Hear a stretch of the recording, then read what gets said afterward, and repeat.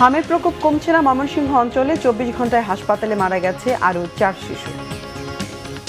তেহরানে মার্কিন হামলার জবাব। উপসাগরীয় অঞ্চলে বিভিন্ন মার্কিন স্থাপনায় ইরানের হামলা।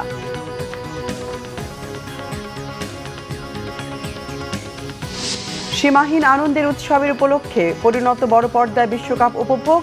নিজ দলের প্রতি সমর্থনের বিষয়ে একাত্রা সমর্থকরা।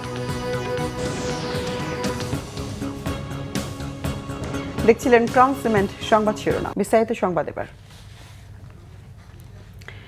মালয়েশিয়া ও চীন সফর শেষে দেশে ফিরেছেন প্রধানমন্ত্রী তারেক রহমান। 6 দিনের রাষ্ট্রীয় সফর শেষ করে শুক্রবার স্থানীয় সময় বিকেল 5টায় চায়না সাউদার্ন এয়ারলাইন্সের একটি বাণিজ্যিক ফ্লাইটে বেইজিং দাসিং আন্তর্জাতিক বিমানবন্দর ত্যাগ করেন তিনি। বাংলাদেশ সময় রাত 8টায় হযরত শাহজালাল বিমানবন্দরে পৌঁছায় বিমানটি। এ সময় বিমানবন্দরে প্রধানমন্ত্রী তারেক রহমানকে ফুল দিয়ে স্বাগত জানান স্থানীয় সরকার, পল্লী উন্নয়ন ও সমবায় মন্ত্রী মির্জা ফখরুল ইসলাম আলমগীর সহ বিএনপির সিনিয়র নেতারা। এছাড়া উপস্থিত ছিলেন মন্ত্রিপরিষদের সদস্য, সংসদ সদস্য, প্রধানমন্ত্রীর উপদেষ্টা সহ সরকারের ঊর্ধ্বতন কর্মকর্তারা। এ সময় সাংবাদিকদের সাথে কথা বলেন প্রধানমন্ত্রীর কার্যালয়ের মুখপাত্র মাহদি আমিন। বাণিজ্য, বিনিয়োগ ও কর্মসংস্থান ইস্যুতে বাংলাদেশ চীন একসাথে কাজ করার কথা জানান তিনি।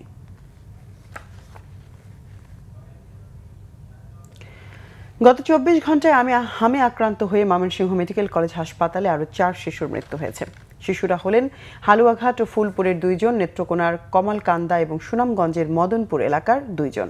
হাম ছাড়াও নিউমোনিয়া ও শ্বাসকষ্ট নিয়ে তাদেরকে হাসপাতালে ভর্তি করা হয়েছিল বলে জানান চিকিৎসকরা। হাসপাতাল কর্তৃপক্ষ জানায়, হাসপাতালে আইসোলেশন ওয়ার্ডে এখন চিকিৎসাধীন রয়েছে 94 শিশু। গত 17 মার্চ থেকে হাসপাতালটিতে মোট 2378 শিশু ভর্তি হয়েছে এবং সুস্থ হয়ে বাড়ি ফিরেছে 2226 শিশু। রাজধানী কাঁচাবনে আবাসিক ভবনের আগুন নিয়ন্ত্রণে অগ্নিকাণ্ডে মারা গেছে 2 জন। 14 তলা একটি আবাসিক ভবনের 12 তলার 2টি ফ্ল্যাটে শুক্রবার দিবাগত রাতে আগুন লাগে। আগুন লাগার কারণ জানা যায়নি। ফায়ার সার্ভিসের 6টি ইউনিটের চেষ্টায় আগুন নিয়ন্ত্রণে আসে। এই ঘটনায় ভবনটি থেকে দগ্ধ অবস্থায় উদ্ধার করে হাসপাতালে নেওয়ার পর 2 জনের মৃত্যু হয়েছে। নিহতরা হলেন মোহাম্মদ জনি ও মোহাম্মদ আব্দুস সালাম। ফায়ার সার্ভিস জানিয়েছে, আগুন লাগার খবর পেয়ে ফায়ার সার্ভিসের বিভিন্ন স্টেশনের 6টি ইউনিট যোগ দেয় আগুন নিয়ন্ত্রণের কাজে। দগ্ধ অবস্থায় 2 জনকে উদ্ধার করে হাসপাতালে পাঠানো হয়।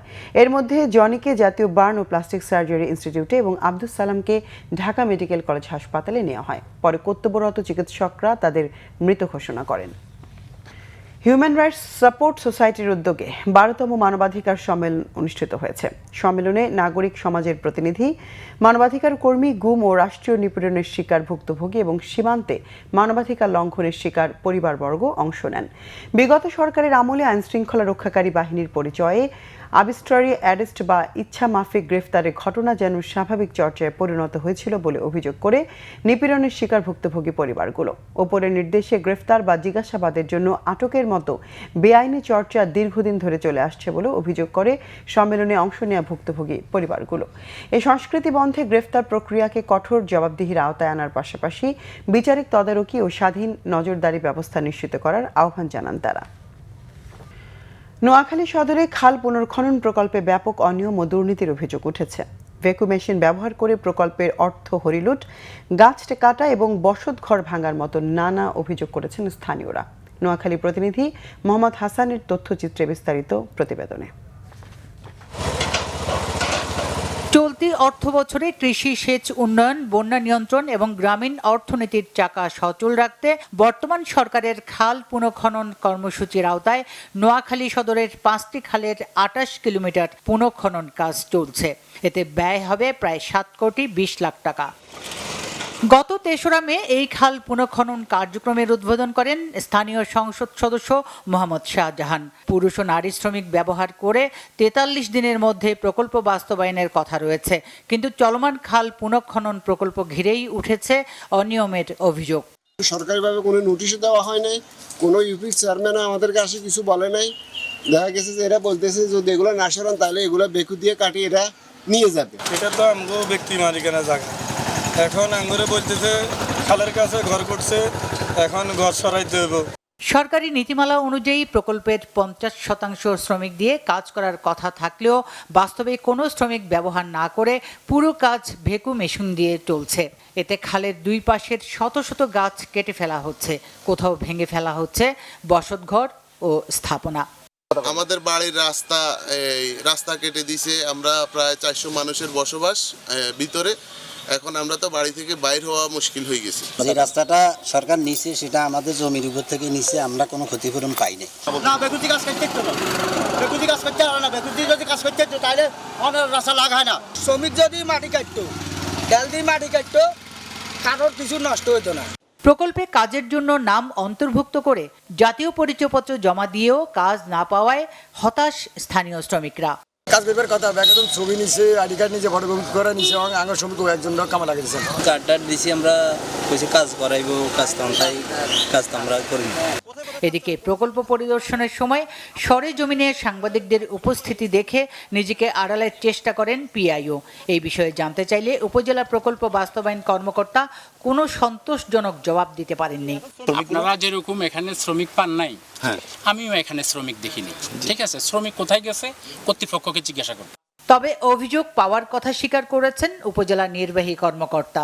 তাদেরকে স্পষ্টভাবে দিক নির্দেশনা দেওয়া হয় যে সরকারের নীতিমালা, যেখানে শ্রমিক ব্যবহার থেকে শুরু করে যে নীতিমালা আছে সেটা তারা সম্পূর্ণভাবে শতভাগ মেনটেন করে তারা তাদের কাজ বাস্তবায়ন করবে। সেইখানে আপনার বাধ্য করে কোনো ব্যক্তিগত জমির কোনো কিছু সেখানে অপসারণ করা যাবে না বা বাধ্য করা যাবে না। সরকারি উন্নয়ন প্রকল্পে এমন অনিয়ম ও দুর্নীতির অভিযোগে স্থানীয়দের মধ্যে ক্ষোভ তৈরি করেছে। সুষ্ঠু তদন্তের মাধ্যমে দোষীদের শাস্তির দাবি জানান তারা। Bangla vision news desk. উপসাগরীয় অঞ্চলে বিভিন্ন মার্কিন স্থাপনায় হামলা চালিয়েছে ইরান। তেহরানের ড্রোন ও মিসাইল হামলায় যুক্তরাষ্ট্রের হামলার জবাবে শুক্রবার রাতে হামলা চালায় ইরানের ইসলামিক বিপ্লবী গার্ড বাহিনী IRGC। বিপ্লবী বাহিনীর দাবি, যুক্তরাষ্ট্র বরাবরের মতোই প্রতিশ্রুতি ভঙ্গ করেছে। হরমুজে জাহাজে হামলার জন্য ইরান দায়ী না থাকা সত্ত্বেও যুক্তরাষ্ট্র হামলা চালিয়ে যুদ্ধবিরতি চুক্তি ভঙ্গ করেছে বলে অভিযোগ IRGCর।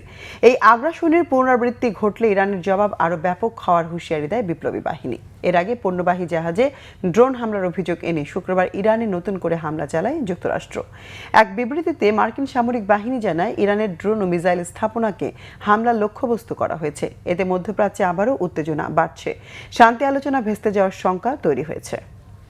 দিন যতই গড়াচ্ছে ততই বাড়ছে বিশ্বকাপ উন্মাদনা। ভক্তদের মাঝে বাড়ছে তর্ক বিতর্ক। নিজ দলের সমর্থন আর প্রতিপক্ষের দুর্বলতা নিয়ে চুলচেরা বিশ্লেষণ।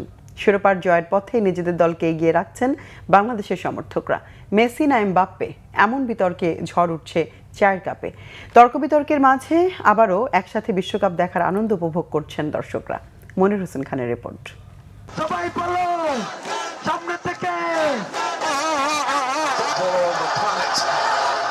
জায়ান্ট স্ক্রিনে খেলা দেখার মজাই আলাদা। প্রিয় দলের সমর্থন, প্রতিপক্ষ বন্ধুদের সাথে খুনসুটি, সবই চলে সমানতালে।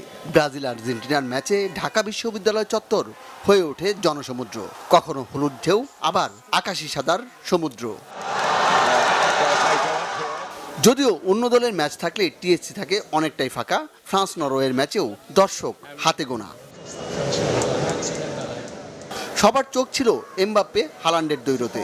শেষ ম্যাচে হালান্ড মাঠে নামেননি, গোলের দেখা পাননি এমবাপ্পে। আলোচনা তাই মোড় নিয়েছে সর্বোচ্চ গোল স্কোরার কে হবেন সেদিকে। এক একজনের সমর্থক এক এক দিকে।